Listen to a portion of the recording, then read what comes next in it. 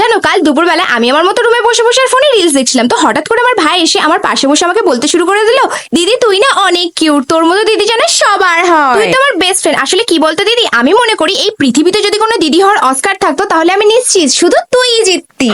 আমি তো আমার ভাইয়ের কথা শুনে অবাক, মনে মনে ভাবছি এত প্রশংসা আজকে সূর্য পশ্চিম দিক থেকে উঠেছে নাকি। তারপর ভাবলাম না, নিশ্চয়ই ওর কিছু চাই, তাই ও আমাকে এত তেল মারছে। তারপর আমি ভাইকে বললাম বল তোর কি চাই। তারপর ওর মুখ থেকে বেরোলো আসল কথা, ও বললো দিদি দিদি আমার না খুব পিকচার খেতে ইচ্ছা করছে। আমি বললাম পিকচার খেতে ইচ্ছা করছে, এবার কি তুই তাহলে সিনেমা গিলে খাবি নাকি? তারপর ভাবলো ওহ দিদি মজা কেন করছিস, ওই হয় না গোল গোল, ওর উপরে আবার অনেক সবজি টবজি থাকে, আমি ওই জিনিসটার কথা বলছি, ওই পিকচারটা খাবো। তারপর আমি বললাম আরে ওটা পিকচার না রে, ওটা পিৎজা বলে, পিৎজা। তারপরও বললো আরে নাম যাই হোক না রে দিদি প্লিজ একটা বানিয়ে দে না রে, আমার না ভীষণ পিৎজা খেতে ইচ্ছে করছে, একটা বানিয়ে দে না রে দিদি, তুই আমার ভালো দিদি হোস না, বল দে না রে দিদি প্লিজ প্লিজ প্লিজ। তো তারপর আমি ভাইয়ের জন্য বানিয়ে দিয়েছিলাম এই পিৎজাটা। আর আজকে তোমাদের মধ্যে যারা যারা আমার ভিডিওটা প্রথম থেকে শেষ পর্যন্ত দেখেছো তারাই আমার এই কোয়েশ্চেনটার অ্যান্সার দিতে পারবে। বলো তো আমার ভাই পিৎজার জায়গায় কি বলেছিল?